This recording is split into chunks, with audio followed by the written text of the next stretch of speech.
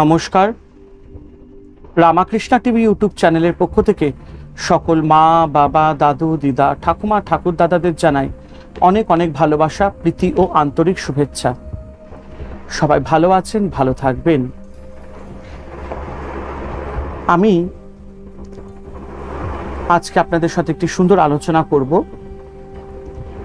আমরা সবাই দৈনন্দিন জীবনে খুব ব্যস্ত হয়ে থাকি এবং যার ফলে কি হচ্ছে, আমরা সারাক্ষণ ওই বিজি শিডিউলের মধ্যেই মানসিক চাপে ভুগি এবং এই মানসিক চাপ থেকে আমরা কি করে বেরিয়ে আসব সেই সম্পর্কে আমি আপনাদের সাথে আজকে খুব সুন্দর একটি আলোচনা নিয়ে এসেছি। আমি শ্রী শ্রী রামকৃষ্ণ মিশনের স্বামী সোমেশ্বরানন্দ মহারাজজির লেখা ধ্যান শেখার ক্লাস থেকে খুব সুন্দরভাবে আমি আপনাদেরকে এই ধ্যান, জপ, সাধন, ভজন করলে আমাদের জীবনে কতটা উপকারী সেই সম্পর্কে আমি আপনাদের সাথে আজকে সে বিষয়ে আলোচনা করব। আমাদের আজকের আলোচনা ধ্যানের প্রয়োজন কি এবং আমি ধ্যান কেন করব। এই প্রশ্নটা অনেকের মনেই থাকে এবং এই সম্বন্ধে অনেকের মনে অনেক উত্তর খোঁজাখুঁজি করে।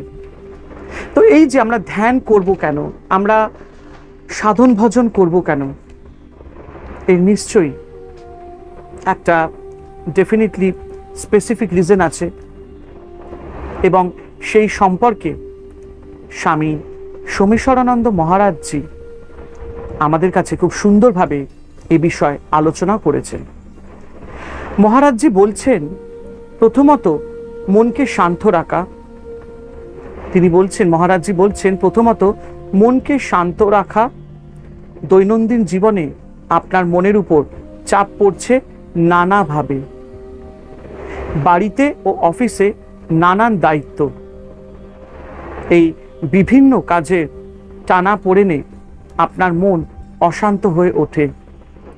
সমাজে ভালো মন্দ নানা রকম মানুষ আছে, অনেকের ব্যবহারে মন ক্ষুব্ধ হয়ে ওঠে আপনার। পরিস্থিতির দ্রুত পরিবর্তনে ভবিষ্যতের কথা চিন্তা করে অনেক সময় মনে দুশ্চিন্তা, আশঙ্কা জাগে। নানাভাবে আপনার মন বিক্ষিপ্ত হয়ে পড়ে, ফলে সিদ্ধান্ত নিতে কখনো কখনো অসুবিধে হয়, সমস্যার চাপে মনে কষ্ট হয়, ব্যর্থতায় হতাশ হয়ে পড়েন। কথাটা ঠিকই। মহারাজজি বলছেন, আমরা দৈনন্দিন জীবনে প্রচণ্ড ব্যস্ত হয়ে থাকি, নানান রকম সমস্যা আমাদের জীবনে জড়িয়ে আছে এবং সেই সমস্যার মধ্যেই আমরা রয়ে গেছি এবং সেই সমস্যা থেকে কি করে বেরোবো তার পথ আমরা খুঁজে পাচ্ছি না, কারণ আমরা সেই দৈনন্দিন জীবনের ব্যস্ততার মধ্যে আমরা মানসিক চাপে ভুগছি। আমাদের এই মানসিক চাপ, এই প্রেশার, এই যে মেন্টাল প্রেশারের জন্যই আমরা নানান রকম খারাপ পরিস্থিতির মধ্যে দিয়ে চলে যাচ্ছি। আজকে কারোর সাথে ঝগড়া হলো, কালকে বাড়িতে পরিবারের সাথে ঝগড়া হচ্ছে, কাজের নানান রকম চাপ সৃষ্টি হচ্ছে, প্রচণ্ড কাজের চাপের সৃষ্টি, মালিকের কাছে বকা খাচ্ছি। হ্যাঁ, তারপরে পয়সা উপার্জন করব, আরও চাই, স্যাটিসফাই হচ্ছি না, বন্ধুর সাথে ভালো ব্যবহার পেলাম না। হ্যাঁ, আজকে পরিবারের জন্য এটা কিনতে হবে, পকেটে পয়সা নেই। হ্যাঁ, তো এই যে নানান রকম যে সমস্যাগুলো, আমরা এই সমস্যার মধ্যে রয়ে গেছি এবং এই সমস্যা থেকে যদি আমাদেরকে বেরোতে হয় তাহলে আমাদেরকে একটু ধ্যান জপ করা খুব দরকার। এতে কি হয়, আমাদের মনটা শান্ত থাকে, কারণ যতক্ষণ আমরা মানসিক চাপের মধ্যে থাকব ততক্ষণ আমাদের মন অশান্তির মধ্যে থাকবে এবং এই অশান্তি থেকে বেরিয়ে আসার জন্যই আমাদের প্রত্যেকের দরকার নিয়মিত প্রত্যেক দিন একটু করে সময় বার করে ধ্যান জপ করার, মানে মেডিটেশন করার, which is very very important in our life. এটা সত্যি আমাদেরকে যদি ভালো রাখতে হবে, যদি পজিটিভ রাখতে হবে, তো অবভিয়াসলি আমাদের মেডিটেশন করা খুব দরকার। ধ্যান করলে আপনার মধ্যে এমন এক শক্তি জেগে ওঠে যার ফলে আপনি দৈনন্দিন জীবনের হতাশা, আশঙ্কা, রাগ, দুঃখের মোকাবিলা করতে পারেন। অবশ্যই আমরা যখন ডে টু ডে যদি আমরা মেডিটেশন করা স্টার্ট করি বা আমরা যদি ধ্যান জপ করি, দেখবেন এই ধ্যানের মধ্যে এই মেডিটেশন একটা একটা একটা কি বলবো, মানে একটা স্পেশাল পাওয়ার আছে। এই পাওয়ারটা যখন আমাদের জাগরিত হবে তখন দেখবেন আমরা নেগেটিভ জিনিসের থেকে বাইরে বেরিয়ে আসতে পারবো এবং তাদের সাথে আমরা মোকাবেলা করতে পারবো। তখন ধীরে ধীরে আমাদের লাইফটা স্লোলি একটু ডেভেলপ হতে শুরু করবে। আমরা একটু কুল মাইন্ড হব, পজিটিভিটিটা আমাদের মধ্যে আস্তে আস্তে ঢুকবে। এতে কি হবে, যে সমস্যাগুলোর মধ্যে দিয়ে আমরা ছিলাম সেই সমস্যাগুলো অটোমেটিক্যালি আমাদের জীবন থেকে বেরিয়ে যাবে। যার জন্যই আমাদের এই ধ্যান জপ করাটা খুব প্রয়োজন। ঠান্ডা মাথায় চিন্তা করা সহজ হয়। পরিস্থিতিতে অনিশ্চয়তার ফলে মনে যে উদ্বেগ বা ভয় হয় তাকে জয় করতে পারেন। ঠিক কথাই বলা হয়েছে, ঠান্ডা মাথায় চিন্তা করলে সহজ হয়ে যায়। তো ঠান্ডা মাথাটা আমরা কখন করতে পারবো? যখন আমরা মেডিটেশনটা যখন আমরা কন্টিনিউ করব, যখন আমরা স্টার্ট করব। যেটা সহজ কথার মানে বলার মানে হচ্ছে আমাদের মনটাকে সংযত রাখতে হবে, আমাদের সব কিছু থেকে সংযত রাখতে হবে। কাম বাসনা, রাগ, দ্বেষ, অহংকার, এগুলোর থেকে আমাদেরকে বেরিয়ে আসতে হবে এবং তার জন্য আমাদের এই মেডিটেশন করাটা বা ধ্যান জপ করাটা খুব প্রয়োজন। এবং দৈনন্দিন জীবনে আমরা যে পরিস্থিতির মধ্যে যাচ্ছি এই সময়টা কিন্তু আমাদের এই মেডিটেশন বা ধ্যান জপ করা খুব খুব দরকার। এতে কি হবে, আমাদের চিন্তাধারাটা একটু সহজ হয়ে যাবে। ঠান্ডা মাথায় আমরা চিন্তা করলে যে কোনো শক্ত কাজ আমরা খুব ইজিলি সর্ট আউট করতে পারবো। যে কোনো পরিস্থিতিতেই না থাকি না কেন, খুব ইজিলি ভাবে, খুব পজিটিভলি আমরা সেই পরিস্থিতিটার থেকে আমরা বেরিয়ে আসতে পারবো এবং সেই যে সমস্যাগুলি আছে সেগুলো আমরা ওভারকাম করতে পারবো।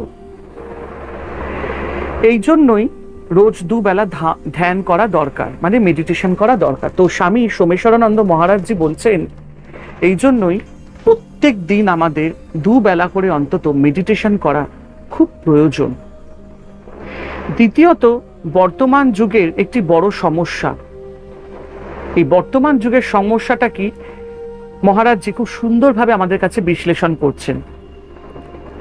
অহংকারের সংঘর্ষ, ইগো যেটাকে বলা হয়, ইগো ক্ল্যাশ। অনেক সংসার ভেঙে যাচ্ছে প্রধানত এই কারণে।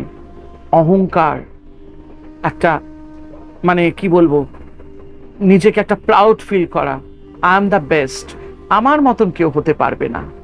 এবং যেখানে দেখব আমার থেকে একজন বেটার পার্সোনালিটি এসে গেছে, তার লাইফস্টাইল আমার থেকে বেটার, সেখানে আমার ইগোতে লাগছে, সেখানে আমি হয়ে যাচ্ছি ইনসিকিওর।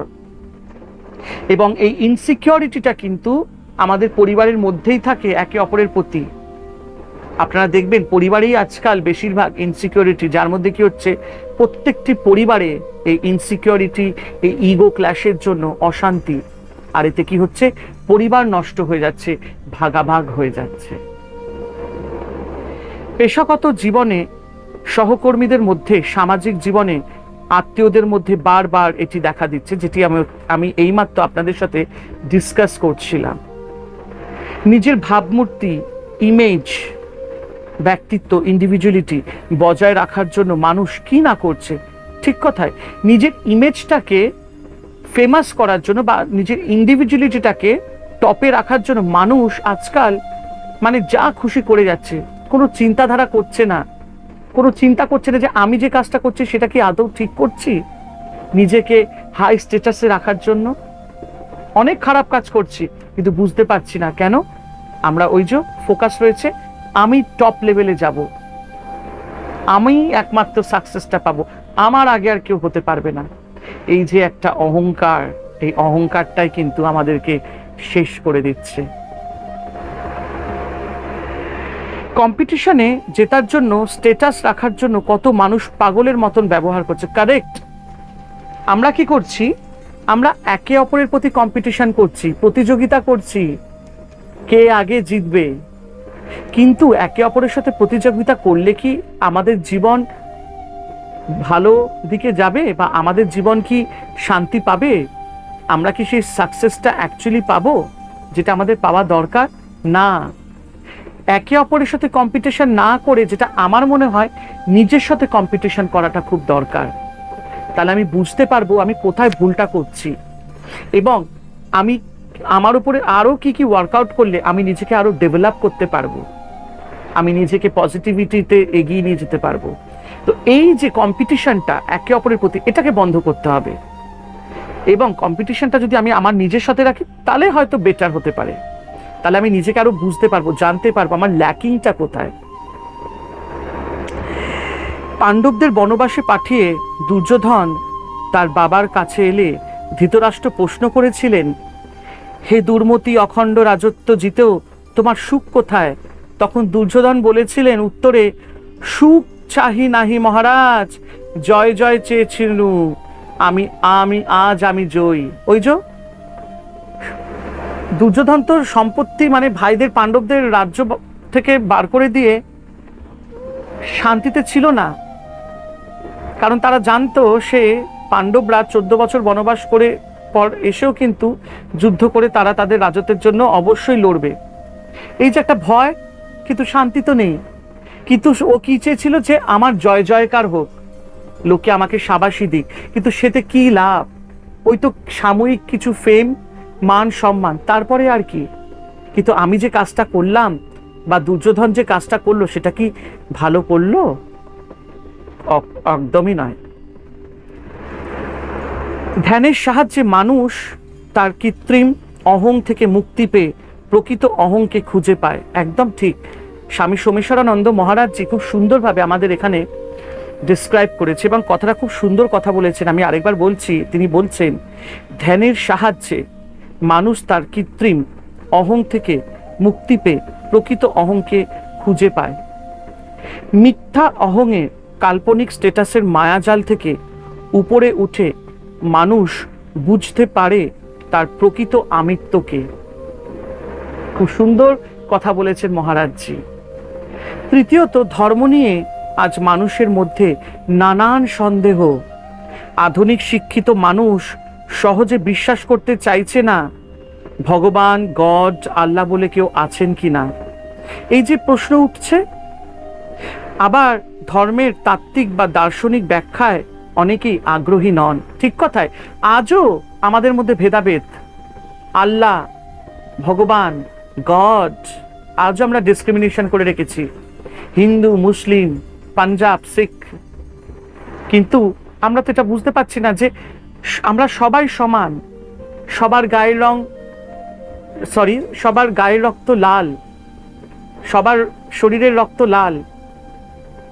হ্যাঁ, আমরা এখনো তাও লড়ে যাচ্ছি, তাও আমরা এখনো জাতি ভেদাভেদ করছি। হিন্দু, মুসলিম, খ্রিস্টান, আমরা সবাই এক। আমরা সবাই যে ঈশ্বরের সন্তান, এটাই তো আমাদের বুঝতে হবে। আমাদের সবার শরীরের রক্ত লাল। কাউকে কি আমরা দেখেছি যে মুসলমানের রক্ত নীল, বা হিন্দুর রক্ত লাল, বা খ্রিস্টানদের রক্ত সবুজ? মোটেই না। 3টে হাত কাটলেই সেখান থেকে সেই লাল রক্তই বইবে। সে মুসলমান হোক, সে হিন্দু হোক, বা সে পাঞ্জাব হোক, যেই হোক, আমরা তো সবাই একই ঈশ্বরের সন্তান। আমরা আমাদের চোখের দৃষ্টিতে যাকে যেরকম দেখি, আমরা তাকে সেরকমই দেখতে পাই। আমি যদি চোখ বন্ধ করে যদি যিশুকে দেখি, তাহলে সেও ভগবান। আমি যদি চোখ বন্ধ করে যদি ভগবান শ্রীকৃষ্ণকে দেখি, সেও আমার কাছে ভগবান। আবার আমি যদি চোখ বন্ধ করে আল্লাহকেও দেখি, সেও আমার কাছেই ভগবান। গড, আল্লাহ, ভগবান সবই এক। তিনটির অর্থই এক, সেটা হচ্ছে ঈশ্বর, এবং আমরা সবাই সেই ঈশ্বরের সন্তান। আমরা সবাই সেই ঈশ্বরের সন্তান, এবং যিশু, আল্লাহ, ভগবান, আমরা সবাই একই ঈশ্বরের সন্তান, সবাই এক, শুধু আমাদের চোখের দৃষ্টিটাই আলাদা। তো আমরা যাকে যেরকম ভাবে দেখব তাকে সেভাবেই আমরা গ্রহণ করব, এবং একে অপরকে আমরা সেই সম্মানটা দেব, তাই না? এটা তো উচিত। সম্মান দেওয়া, সম্মান দিলে সম্মান পাওয়া যায়।